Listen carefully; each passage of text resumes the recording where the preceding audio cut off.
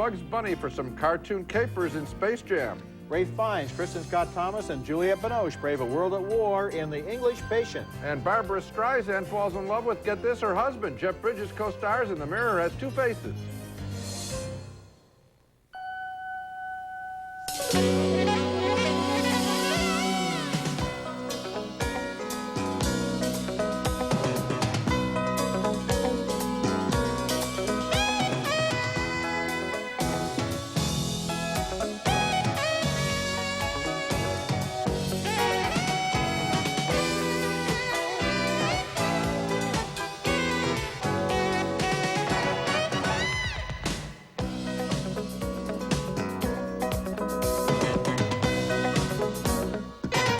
You guys making a big mistake. You're all washed up, Baldy. Baldy? He is not washed up. Michael's the greatest ever. Shut up. No. Michael Jordan goes 1 on 10 with the Looney Tunes characters in Space Jam, his eagerly awaited film debut, one of the big holiday movies on this week's show. I'm Roger Ebert of the Chicago Sun-Times. And I'm Gene Siskel of the Chicago Tribune, and maybe Michael Jordan can't hit a curveball, but he sure hit Space Jam out of the park in a movie that's as much fun as a Bulls game, providing a perfect debut for Jordan playing himself, being asked by Bugs Bunny to come to the rescue of the Looney Tunes characters threatened by some outer space tunes. They want to make us slaves, so we challenge them to a basketball game. You heard of the Dream Team? Well, we're the Mean Team. What I'm trying to say is, we need your help! And so Jordan has to teach the tunes to play hoops. Has anyone here ever played basketball? I have. I'd like to try out for the team. Hey? Hi, my name is Lola Bunny. Lola? Jordan has the visual charisma of a big movie star. He's great to look at, and the script thankfully doesn't dumb him down, especially when Bill Murray joins the team.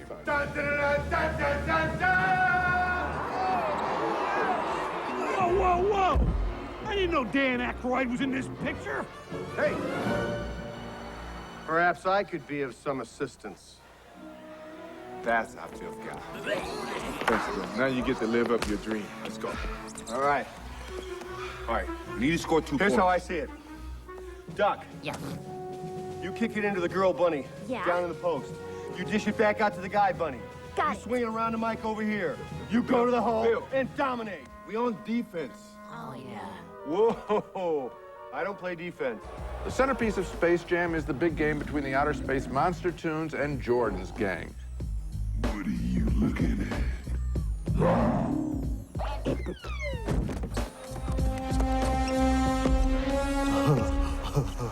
Cool shoes. Ready?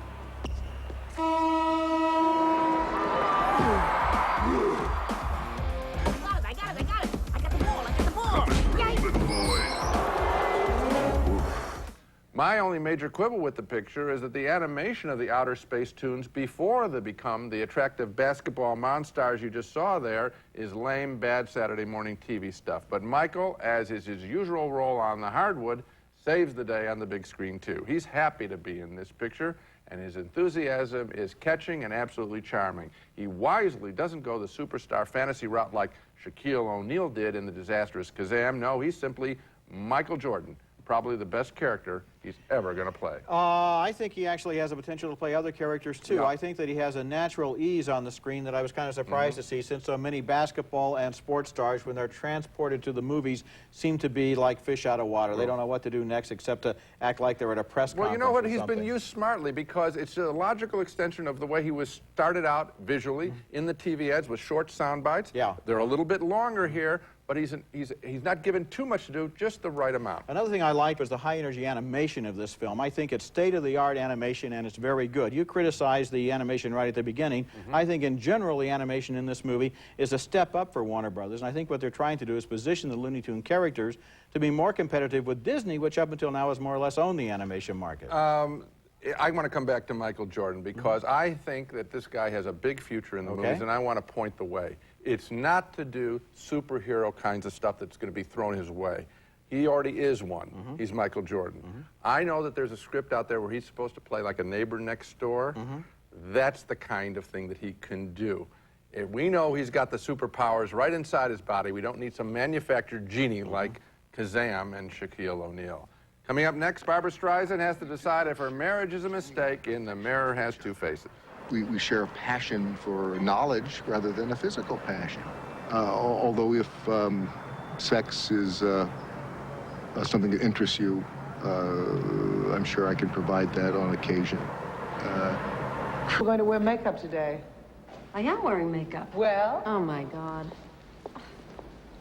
What the hell are you wearing? This happens to be an imitation Scozzy. You're the mother of the bride, not the opening act.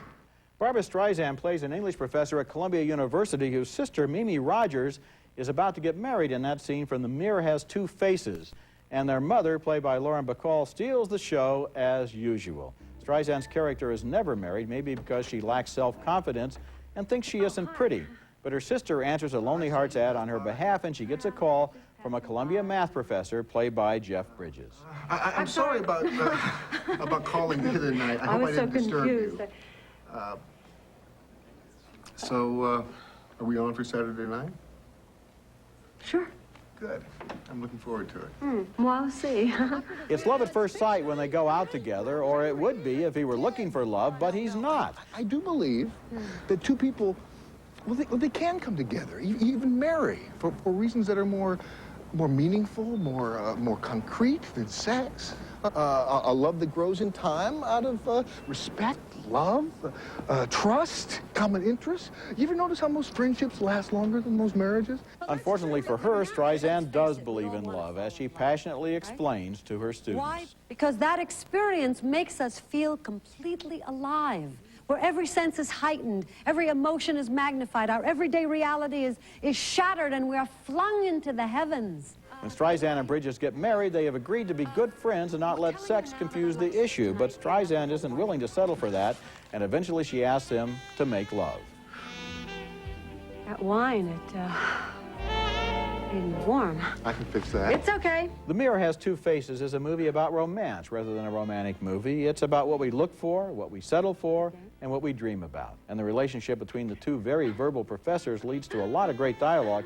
It's an unusual love movie, but then it's about unusual lovers, and I enjoyed it. I enjoyed it too, and there are some beautifully written scenes. Richard LaGravenese is the screenwriter, does a good job in some of the passages. I had one problem with the picture, which was that Streisand is a really smart professor when she's lecturing. And I know that there are people who are smart at work and dumb in love, but I thought she was a little bit too dumb in love. And I think that if he had challenged himself more in the screenplay, in the romantic part, and written her as smart, this film would have then kicked into a real high gear. I had exactly the opposite feeling, because I felt she was very smart in trying to deal with this man who presented her with quite a challenge, and the long excerpt from her college lecture, frankly, didn't seem to me to be Columbia or Ivy League level. It seemed to be kind of like popularized. So I think she was smarter in her personal life. Well, she's having a lot more trouble in her personal life, and she's quite successful in her professional life. That's right. Coming up next, one of the most ambitious movies of the year, The English Patient, a wartime romance with an international cast.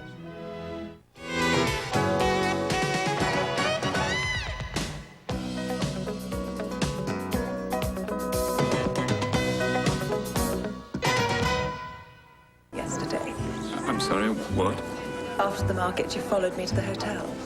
I was concerned for a woman in that part of Cairo, a European woman. I felt obliged to. You felt obliged to? As the wife of one of our party. A married woman draws the attention of a young archaeologist in The English Patient, a most remarkable romantic new movie that has the sweep of epic films from another era, the era that brought us Lawrence of Arabia and Dr. Zhivago. But this is a more complicated story than those, elliptical in nature. It opens in Egypt in the 1930s as we meet a group of archaeologists, one with a wife present and one who is unmarried. I'm afraid we're not having much luck obtaining funds for the expedition. Oh, well, what do you do? A more modest expedition, or even wait here. It's a disaster. Remind our families we still exist. Dear heavens, are you married, madam? Very much so. We all are. Save my friend, our Marshy here. They do have a torrid affair. That's Ralph Fiennes, the commandant from Schindler's List, and Kristen Scott Thomas from Four Weddings and a Funeral. I can't work. Can't sleep. Catherine! Coming. I can't sleep. I woke up shouting in the middle of the night. Jeffrey thinks it's the thing in the desert, the trauma. I can still taste you. But war intervenes, and the lovers are under fire. I promise.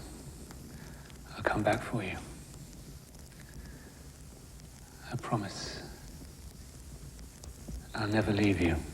The story regularly flashes forward to the end of the war and to the wounded English patient of the film's title, who is the battle-scarred Ralph Fiennes character, now tended to by a loyal nurse played by the always captivating Juliette Binoche. You're in love with him, aren't you? Your poor patient. You think he's a saint because of the way he looks? I don't think he is. I'm not in love with him. I'm in love with ghosts.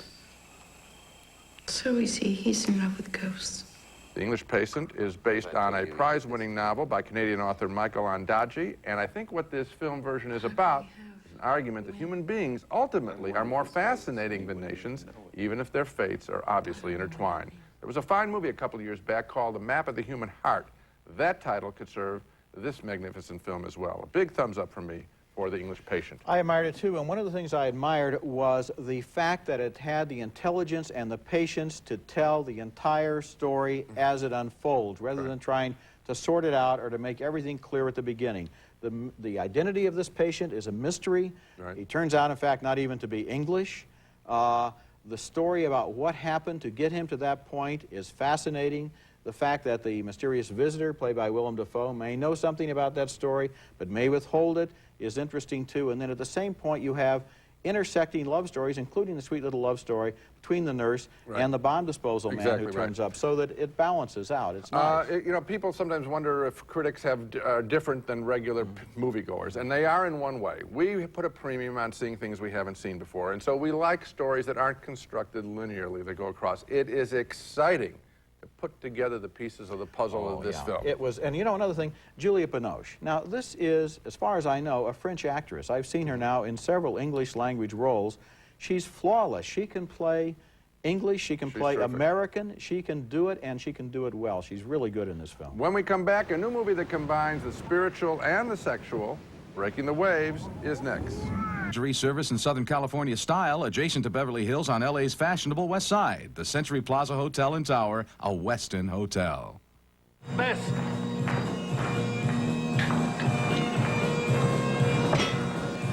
That's a wedding reception in a lonely village on the northern coast of Scotland, where a simple-minded village girl has just married a Scandinavian man who works on one of the offshore oil rigs.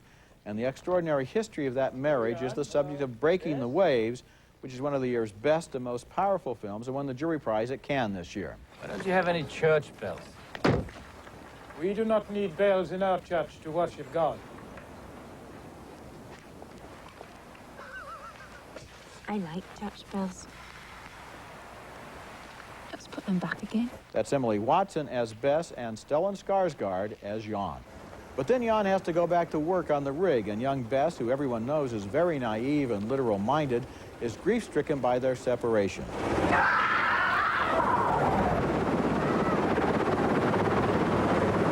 Bess continues to be grief-stricken by her separation from her husband, and in one of the film's many unforgettable scenes, she has a conversation with God.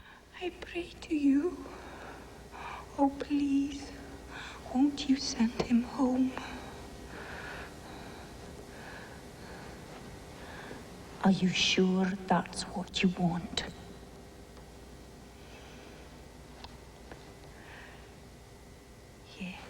The husband is seriously injured in an accident on the oil rig, and after he regains consciousness, he makes a strange request of his innocent young wife. I want you to find a man to make love to, and then come back here and tell me about it. It'll feel like you and me being together again. And that will keep me alive. And of course, one of the film's questions is whether Jan is in his right mind when he makes that request. But although Bess initially questions it, she turns herself into a sort of sexual martyr, believing that her actions might help her husband to get well. Breaking the Waves is both spiritual and sexual, showing a woman with great faith who lives in a world she does not completely understand, and which certainly does not understand her. Watching this film, I was reminded of the days when Ingmar Bergman often made films that penetrated to the core of the human soul. Filmmakers aren't often that brave or ambitious anymore, But Lars von Trier, who made Breaking the Waves, is, and this is a great film, dealing with big issues in a brave way. I admired it tremendously, and this is an exciting show because we did a show about the last great era of American movie making in the 70s. Well, these aren't necessarily American films. They're not American films that we're talking about down here in a rush. But even with the Streisand picture, and certainly with The English Patient, now we have 3 films in a row that are dealing with love in very bold ways, throwing images and story construction on the screen that are very powerful. Lars von Trier did Zentropa, another magnificent film where people are looking for rental ideas. This picture is even stronger. It's a spectacular film. I agree, and you know, what's interesting is all these pictures come out at once. I don't know what people are going to do, because, you know, they're going to miss one. A whole summer of dumb movies, and then suddenly you have the Academy Awards season opening, and all of these good movies opening on the same weekend. Coming up next, our video pick of the week, and our new feature, The Viewer's Thumb, a listener's opinion on tape. Ebert's Video Pick of the Week is brought to you by Raisinets. At the movies or anytime, Raisinets. My video pick this week is newly restored work by one of the greatest and most original cinematographers ever to work in Hollywood, the legendary John Alton. Working often on B movies in the 1940s, although he made a lot of A pictures in the 50s, Alton developed a style of lighting in which shadows were the key. What you couldn't see was more important than what you could see. Look at this work he did in T-Men from 1947, starring Dennis O'Keefe. The gloom inside this steam room is apparently illuminated by one single light source.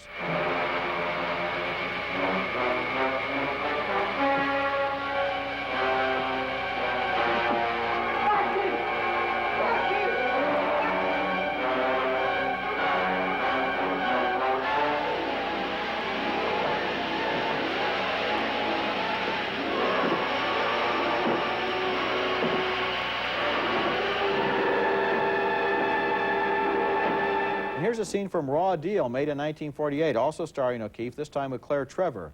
At the time they were making these films, nobody thought of them as film noir. That name came later, but the look and feel of the hard-boiled crime movies were distinctive, and Alton helped to create it by turning down the lights. Now 3 of his best films have been remastered from the best available prints for this new noir series from Kino Video, and it's my pick of the week. Okay, now it's time for our new segment, The Viewer's Thumb, in which you can send tapes to us with your opinion about something we said on this show. Send no more than a 20-second statement to The Viewer's Thumb, Post Office Box 4400, Chicago, Illinois, 60680. Frame yourself head and shoulders. And our viewer this week is Laurel Fetterbush from Ann Arbor, Michigan, who takes issue with an aspect of Roger's review of the movie Sleepers, in which some tough New York men get revenge on a brutal prison guard who had forced sex with them when they were kids in a boys' home. I'm Laurel Fetterbush of Ann Arbor, Michigan. Thumbs down to Roger Ebert for claiming that the movie Sleepers is homophobic, for suggesting that a man who rapes young boys deserves to be killed. Killing may not be the answer, but calling the movie homophobic insults gays, most of whom recognize what Ebert seems to have missed, that child molestation is a heinous crime. Roger can respond in just a moment. I want to use this viewer's comment to note that political correctness is really becoming a big issue like never before in reviewing movies. Roger wasn't saying that gays didn't know that rape was a vicious crime. I mean, he'd have to be a nincompoop to not understand that. The sensitivity and almost perverse desire, however, of people to feel they've been insulted is very powerful in all aspects of society. Sometimes it's warranted, other times it's not. And I feel this force on me as a critic like never before. Maybe I didn't make myself clear. I was talking about the homophobia in the audience, because I feel the movie needs to justify this immoral decision by the priest to lie on the witness stand, and to do that, what they're trying to do is play on prejudices in the audience. That was my point, and everybody thought that I was trying to make some statement saying that pedophilia and homosexuality are the same thing, and I wasn't saying anything at all like that. Well, I think that going back to, I'm sure you're right on that, going back to the priest, I think the priest can absolutely decide that he's going to take a higher value of these young men's lives rather than a moral principle, and that anybody could make that decision. Yeah, but the whole end of the movie is about how everybody decides to pervert justice here, and I think that in order to sell that to the audience, they were dealing with anti-gay prejudice on the audience's part. Anyway, let's take another look at the movies we reviewed this week. 2 thumbs up for the delightful Space Jam, which finds just the right comic note for the tricky interaction between Michael Jordan and the Looney Tunes. 2 more thumbs up for Barbra Streisand's The Mirror Has Two Faces, a love story that's more thoughtful and introspective than most. 2 big thumbs up for Anthony Minghella's The English Patient, a remarkable movie which takes one of the most praised novels of recent years and finds a way to unravel its fascinating puzzle of a story. And 2 enthusiastic thumbs up for Lars von Trier's heartbreaking, visionary, Breaking the Waves, the story of a simple young woman who follows her love to its ultimate conclusion. The performance by Emily Watson deserves Oscar consideration. We made the point. 4 good movies. Very good films. That's it for this week. Next week, we'll be back with reviews of more new movies, including Jingle All the Way, a holiday comedy starring Arnold Schwarzenegger, and also Star Trek, First Contact. We are not going to lose the Enterprise. Not to the Borg, not while I'm in command. With the Enterprise battling... musical Oklahoma was shot twice. Take you out in the Surrey with the fringe on top. Once